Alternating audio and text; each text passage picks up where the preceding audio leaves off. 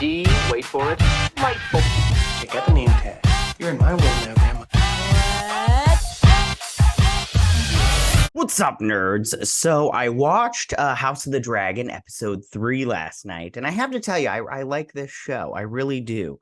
I know that a lot of people want to compare this and the Rings of Power and everything, but I'm not going to. I'm just going to talk about this show on its own because it's good. Now, I read the book for this, and I didn't really care for the book that much. I'm hearing a lot of people saying it's like the unreliable narrator, which is true because it's written by a maester who heard it from another maester kind of thing. So it's like a game of phone, what is that? A telephone, but with uh deaths and sex and all that stuff. But anyways, so this, like I said before, this episode was good. It tackled the war of the Stepstones, which I thought would go on a little bit longer than just the one episode. Well, the 3 episodes. I thought it would be a little bit longer because I don't think that they can't get to the Dance of the Dragons in this season, because then where would they go after that? I mean, it's just leading. I mean, well, the Dance of the Dragons could go for a while, I guess, but. Sorry, it's early for me. I need the coffee. I need to get pumped. I mean, I am pumped because this episode was really good. And I'll tell you right now that Paddy, what's his face, that plays the king. Man, what a good actor. I've only seen him in a handful of things. But and the last thing I saw him in was this movie called The Girl with All the Gifts. And I'll tell you what, that guy is such a good actor. I'm looking up his name right now because I just know his name is Paddy. But wow, what a good Paddy Considine. I don't know if I'm not saying his name right, but man, this was his episode. I have to tell you that right now. This was his episode. He did he was my favorite part in terms of characters, and he knocked it out of the park. And I don't know if this guy gets a bunch of work because in like, England and in the UK and everything, and in Europe, all that stuff. But because I've only seen him in some stuff that I remembered him from. Other stuff I don't remember him from, so he must not have had that big a part. But this episode, I was like, this guy right here, he's going places. You know what I'm saying? Everybody else did a good job too, but he was the one that for me personally stood out. So I'm going to stop yapping now, and I'm going to get into this breakdown. But before I do, I just want to say that if you like what I do here and you enjoy independent content here on YouTube, please consider subscribing to my channel. YouTube is always changing up their algorithm, and small channels like mine, we always get shoved to the back of the line. So please ask that you like, share, and subscribe, and I thank you in advance. So now that we got that out of the way, let's break this sucker down. So it starts off with the crab feeder just burnt down a ship, and they're at war right now and everything. And there's this guy, and he's talking about he's telling him, he's like my king's gonna come for you because something about his like whore mother or whatever and everything. But and then he throws some crabs on him. He's like, no, and he's like, and everything. And then all of a sudden you're like a little, I can't do it. But and then there's Damon and his and Caraxes. And there he is just laying waste, which is cool. It was cool to see all of this, but it was too dark. I understand why they filmed stuff at night and everything, but with the visual effects, it's easier to do visual effects because you don't have to do it 100%. But a lot of the times, like, I lightened some of these, but a lot of the times I was like, I can't see what's going on unless there's fire involved, And then this guy's all like, my prince, he's coming to save me. Oh, prince, and everything. And Caraxes is just lighting, whatever he can. He's like, save me. And then bam, he just lands right on top of him. I was like, shit. I was like, but at the same time, that's like indicative because he wouldn't be paying attention. It was friendly fire, but he wouldn't be paying attention to everybody on the ground. Plus, it would be safe to say that the people that were hammered to these posts would probably be dead. They'd be eaten by the crabs. And that's the crab feeders. That's why he's called the crab feeder, because he hammers their hands to the thing, and then the crabs like eat the men alive. which is a horrible way to go. So he's lighting them on fire, and they run into these caves right here. And the dragon can't go into the caves because he can't, fit. And then later on, you find out that they've got enough rations in there. So they start firing arrows on him and stuff. Oh, I liked this one. So this is a dude running. I didn't get a very good shot. And then he's just a leg. There's his leg right there. I was like, oh man, it's like they lit him up. So Daemon gets shot in the shoulder with an arrow, a flaming arrow, and everything. And it doesn't hurt the dragons, the arrows, because they're not strong enough to pierce his skin. So he tries to like block it with the wing and everything. And there's the crab feeder, and Daemon's all like, come out and face me, crab feeder. That's not how he sounds, but I just crab feeder, I will kill you now. Come out and face me. This is where the arrows come in. So he gets shot and then they fly off, and they call him the red worm, Caraxes, because he looks kind of like a worm, and he's very cool. I like Caraxes. He's my favorite. So far, I haven't seen the look of the other ones. Another dragon shows up in this one. I don't like Vhagar, the way Vhagar looks, but that's besides the point. So then we go to Prince Aegon's birthday, and what's her face? The redhead. I can't remember her name off the top of my head. Shoot. She has had a baby, and he's 2 now. His name is Aegon. Don't worry, he'll level up later on. He'll become a full-fledged human being. And this is his name day, his second name day, and they're all celebrating. And this guy comes in, he's like, my lord, we must discuss the war in the I keep wanting to call them the sea salts, but that's not what they're called. It's the war of the stepstones, sorry.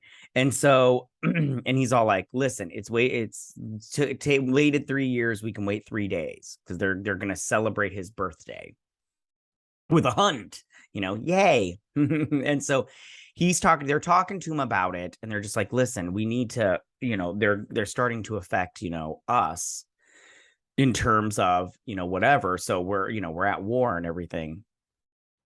And basically he's just like, let's calm it down. I'm not in the mood. My brother doesn't want help. He wants to do this whole thing by himself. Fine, let him do it by himself, kind of thing. And then he's like, where is my daughter?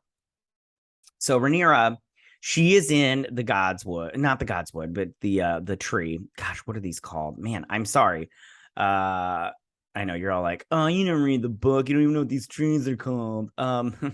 So the red tree. Anyways, so she's reading, and he's playing this song about horses or something. I can't remember. It doesn't even matter. She's like, sing it to God and everything. She's like, I want to read. And the queen comes in, and she's like, your queen tells you to go away.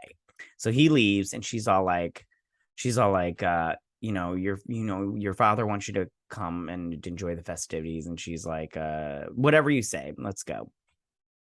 Because she didn't want to go. She just wanted to stay and read. So they go out to the Godswood to hunt, to the big hunt. But before they do, they're in this carriage, and he's talking about her getting married. And he's like, are you going to ride out with us? And she's like, I don't want to hunt the boars because they sound like crying children when they die, and I don't like it. And he's all like, soon you'll be with a baby. And he's like, you'll make me a grandfather. And I can't remember what she says here. And then she asks, what is her name? The redhead. Ooh, I keep forgetting. Okay, anyways, the queen, she asks her, should you be traveling? And she's like, the maesters say the air, the fresh air will be good for me. And then she talks about how Aegon, was easy to come out or whatnot. Nothing special, kind of thing. And she says to her father, she's like, nobody's here for me with this whole hunt. Little does she know, they are there for her, some of them. And so they get there to their little encampment, to the celebration of the child's 2-year birthday. I love how it's like he's 2. So, like, don't get me wrong. My kid's birthday, there's out of the year, I'll buy him stuff, but Christmas and their birthdays, we go all out. I don't know how you guys are, but, I spend more money than I probably should. But for their birthdays, it's like the one day of year where I want them to feel, super special. Christmas, we go all out, but that's just with the gifts. It's not a celebration of them. But their birthdays, we go all out. I buy all this crap that I end up throwing away the next day, like streamers and stuff. And so annoying. And then, pay attention to this guy. This guy's name is Clubfoot. We'll see him later, but he plays a part. That's his brother right there who sits on the High Council. So they get there and they're all like, Aegon the second of his name, second name day or whatever.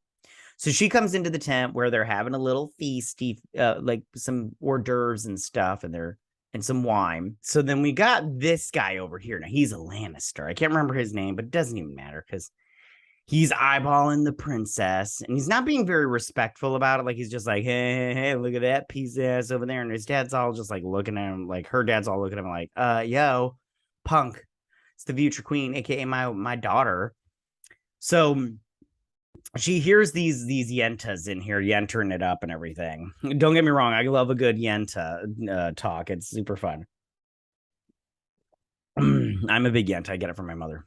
So Clubfoot comes in. Now like I pointed out, his brother, he is on the council and they call him Clubfoot because he's got this clubfoot. He's got this little metal foot like clamp thing around his foot because it's a clubfoot, whatever. But that's his name, Clubfoot. So his brother sits on the High Council. Now he is also like Viserys, where he's got his little birds or whatever. Like he's what was he called? The seeker secrets. He finds out all the secrets and everything. So there he's like, may I sit with you ladies and everything? Because he can't join in on the hunt. And they're like, sure. So they're talking about the war in the Stepstones and how it'll affect stuff. And this one mentions that, if Rhaenyra wouldn't have taken over as queen, been named queen, this wouldn't have happened. Daemon wouldn't have done that. And the queen steps in and defends her friend. And she's all like, Daemon chose his actions and chose his stuff. And, I was told a long time ago, life is a series of choices. Some have consequences, some have rewards. And, Daemon chose his.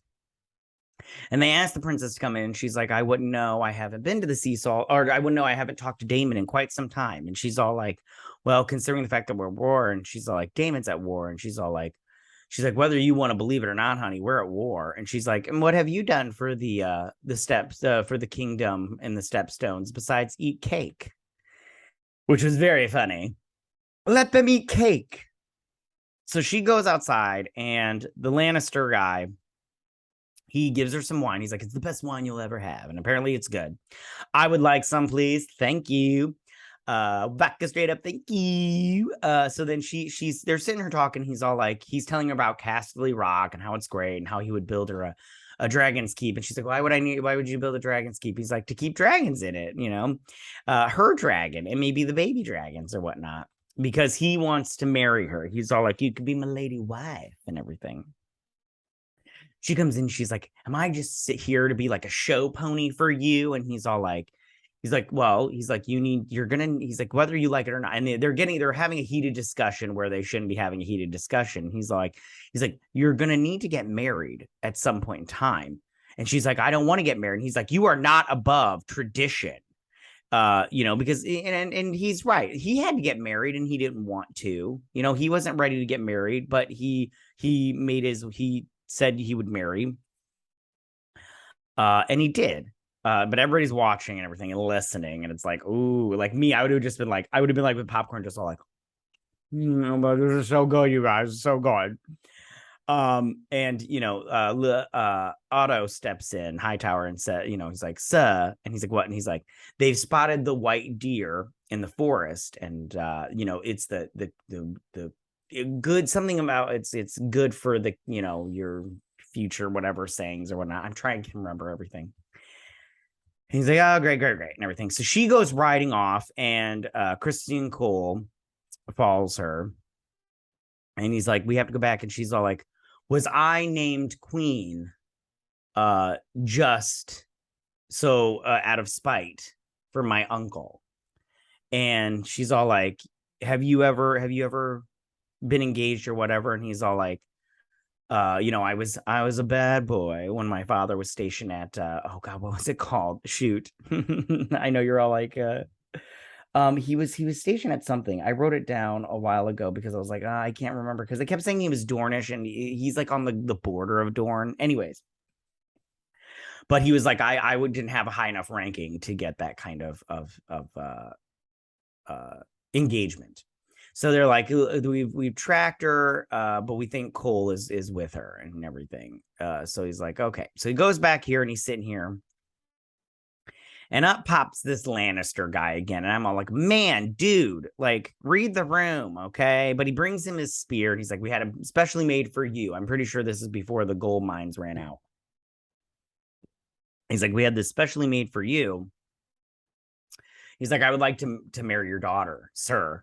And he's all like, oh, would you now? And everything. And he's like, well, and he's like, she can come and live at Castle Rock with me, and I will make her a lovely lady. And he's like, why would she come live at Castle Rock? And he's all like, well, you're going to name Aegon the king, right? And so he's all like, well, I named her the queen. And he's all like, I appreciate you looking out for traitors. And he's like, traitors? And he's all like, well, I made a decision and you are contradicting my decision. He's like, no, that's not what we're doing. He's like, and he's just like, get the fuck out of here, kick rocks. So Otto comes up and Otto sits down. He wants to talk about Rhaenyra getting married also. And I'm all like, man, can you guys get the clue? He's not interested in this conversation, but of course, he's all like, you should have her marry in the tradition of the Targaryens, and you should have her marry Aegon. And he's like, what? And he's like, Aegon just turned 2, my dude. What are you talking about? And you see Aegon, and he's like this little boy or whatnot, and you're just like, that's weird. So then, and he's like, listen, it would fortify her as queen, and he would be king, and it would stop all this nonsense. Everything would go away in a heartbeat. Nobody would question anything. And he's just like, I don't want to talk about this right now. So he starts drinking heavily, which I'm all like, good for you. But then this guy comes up. I can't remember his name either. And he's like, man, I talked to you about something. So I can't remember what he was talking about, but he's like, let me guess. He's all like, you're going to suggest your son because he's such a fine boy, yada, yada, yada. And he's like, as much as that pleases me for you to say that, sir, I was actually suggesting that she marry Lysaries, Valerian, because he's like, I'm going to give you the same advice that I gave you before when I told you should marry Lyanna Valerian, the little girl from last episode when she was 12. He's like, you should have her marry Lysaries Valerian, because then that way, it will, they're the largest, they're the most powerful family in the kingdom. You should have her marry him, and it'll be like a treaty kind of thing. Yeah. And so he's thinking about it. Hold on. And, and it's this guy is giving good advice. Like, that's the thing. He's giving good advice. It's the king's job to interpret the advice that he gives and then make a decision on that. And he says later on to his wife, the first time he married because he had to, and he loved his wife. But the second time he did it because he wanted to. He married the redhead, who her name is just not coming to my face right now. But this guy gave him good advice. He told him to marry Lyanna. He didn't do it, and that was good advice. And now he's giving him more good advice. So they're sitting here talking. Then she's sitting here, and he's like, we really do need to go back. And she just doesn't want to go. And they hear something, and this boar pops out like a freaking Houdini trick. I was like, man, it knocks him out. Or not knocks him out, but knocks him over. And it comes back for more. I was like, oh, if I was that boar, I just would have kept running, but it just kept coming. And it attacks the princess, and it's on top of her. She's like, no, and everything. And it's getting her. And then he stabs it through the head. And then it starts to wake up again, and she grabs it, and she just starts going, psycho on it. Yeah. And so the back of the camp, the king is sitting here, and she's like, what's the matter with you? What's going on? What's the matter? And he's all like, it's like, everybody wants to talk to me about, Rihanna getting married, and I think, is this the time he says I married the first time? He says he loved his wife.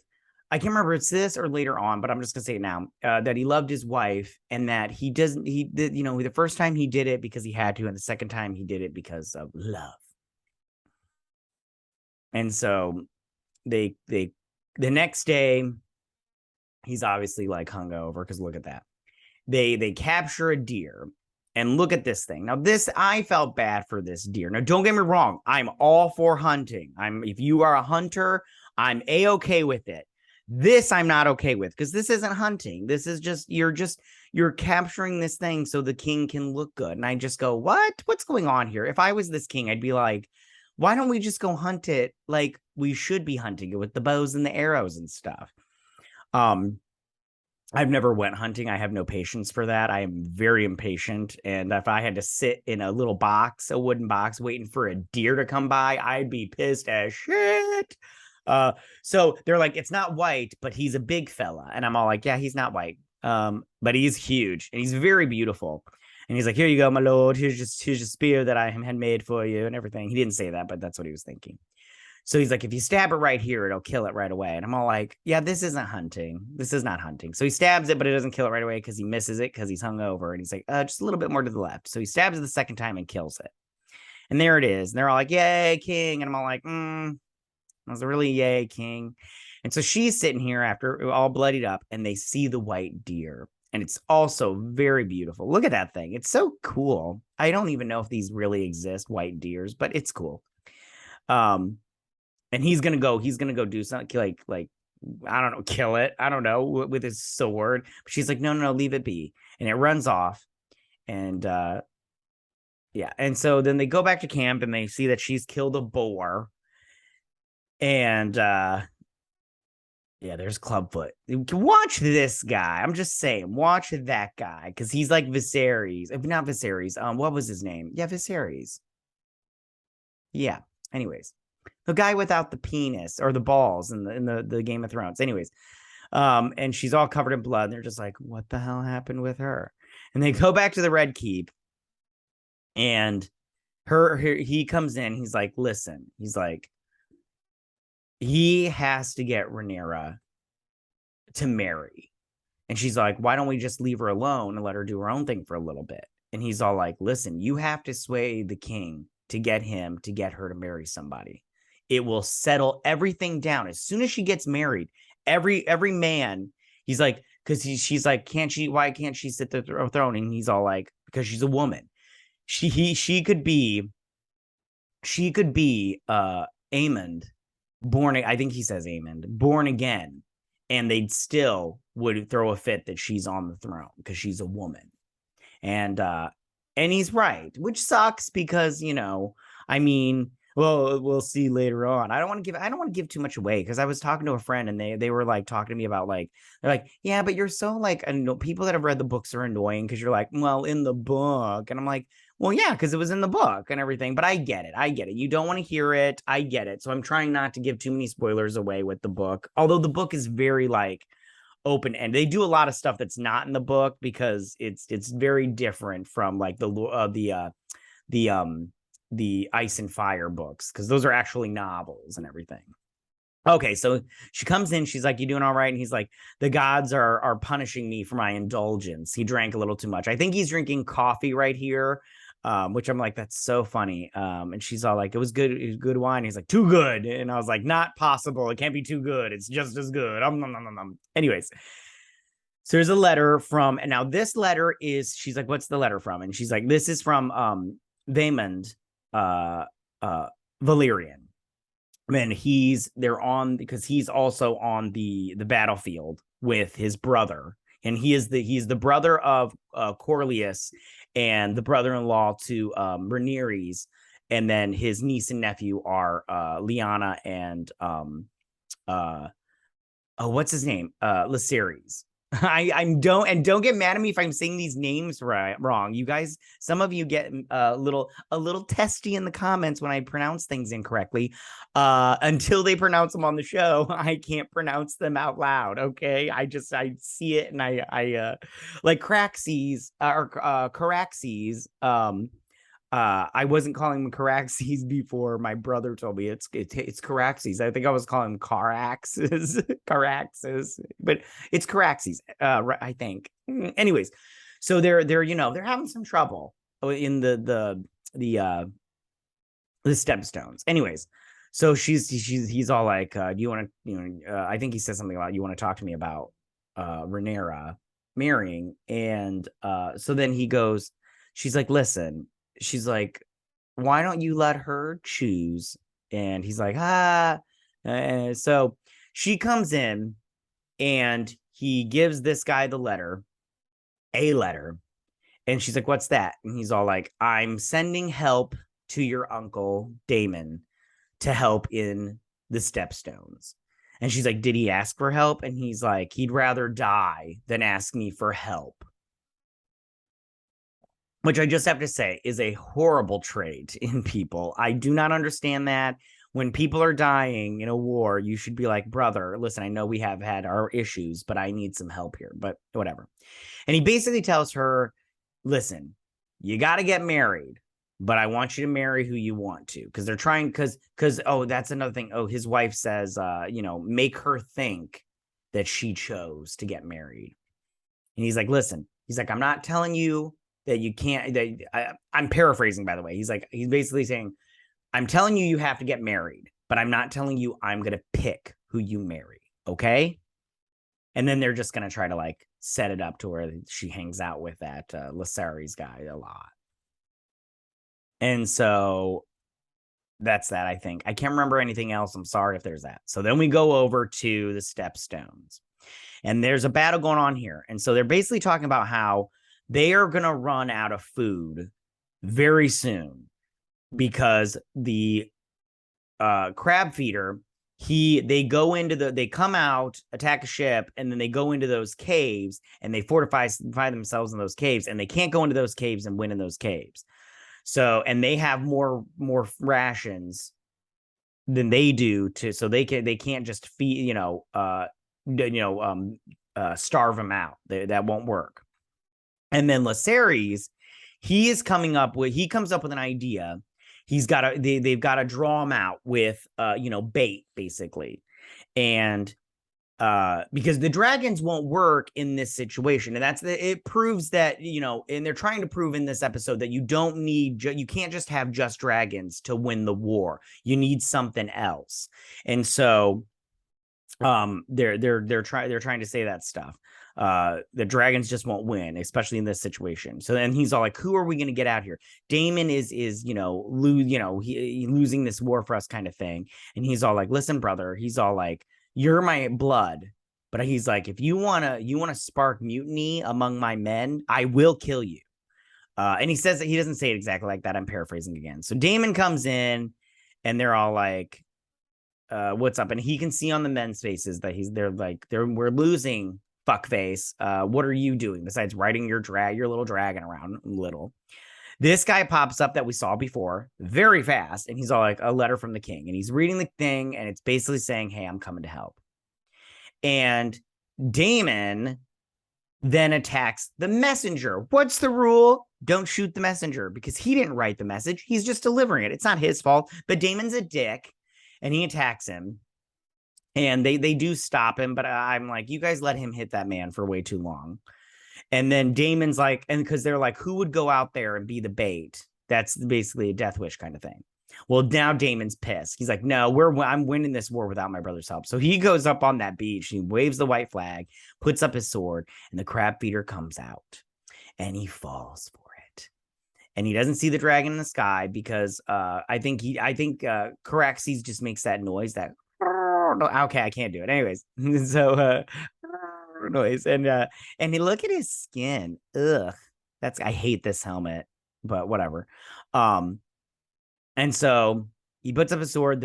All the men come out and they try to take it, but then he starts fighting. He starts killing him. He starts doing a good job. He's like killing him. I can't really get good screenshots of him, and he keeps sending his men out to fight him and stuff, and they keep dying. And he gets shot 3 times, once in the leg and then twice, like here. And he's still not hearing any dragons. So he's like sending all of his men out and everything. And they surround him. And he comes out of this little, because he got into this little ship thing right here to stop getting hit by arrows. And he comes out and he's ready to fight. And then another dragon pops in. And so does what's his face's Corlius's army. They all come out, and they're all like, ah, and they're fighting and everything. And this dragon that's up in the air, this is I didn't get good screenshots of this because it's a battle, and it's when it comes to action sequences, I can't really like, you got to watch it. So now writing this is Lasaris, unless it's Jasaris. I thought they said Lasaris. Now if it's Lasaris, which I think it's Lasaris, because I'm like 99% sure they said Lasaris. This is Arax. This is his dragon Arax, which is a smaller dragon. So Melee's, which is Rhaenys, his mother, that's her dragon. That's the biggest one. And then it's Caraxes, who is the second largest one out of these ones. Later on, when we have Vhagar is the largest dragon out of all of them. But his this is Arax. Is small. It's a smaller dragon. It's one of the smaller ones, because they get smaller because they keep them in the dragon keep and everything, and dragons only get as big as like their house and everything. That's why Vhagar is so big, because they didn't have a dragon keep, so it was able to roam the earth. And Vhagar can swallow an elephant whole and everything. So he's attacking the and we didn't get a close-up of Arax, but hopefully we do in later episodes and stuff. So he attacks the archers, and he's like, and everything. And Daemon goes into, because then the crab feeder, he goes into the caves like a little pussy. And Daemon's like, I'm coming for you. And he goes into the cave, and he just pulls out this half a body. He cuts him right in half. There's his dead body. Ew. And I just want to say right now, and then they get a close-up of him, and that's where the episode ends. Now, I just want to say, it was a little bit underwhelming that he just pulled this out, and we didn't get to see him kill the crab feeder. But at the same time, it was kind of cool that he went in, and then he came out, and it's indicative of like real life. Like if you were in that battle, and you saw him go into the cave, the next thing you would see him come out, and you're all like, oh crap, he killed somebody and everything. But in this circumstance, we are the audience, so we're like, we're getting we're the audience, so we should have seen that stuff, in my opinion. It's always a show don't tell, but maybe they'll show it later. I doubt they will, but it's fine. But that was the end of the episode. And like I said before, it was very good in terms of like, you got to see some more of the political stuff, and you got to see some action. I liked seeing the action with that war and everything. I did enjoy this episode very much, as I said before. So I think that when it comes to this show, I think they're doing a very good job overall.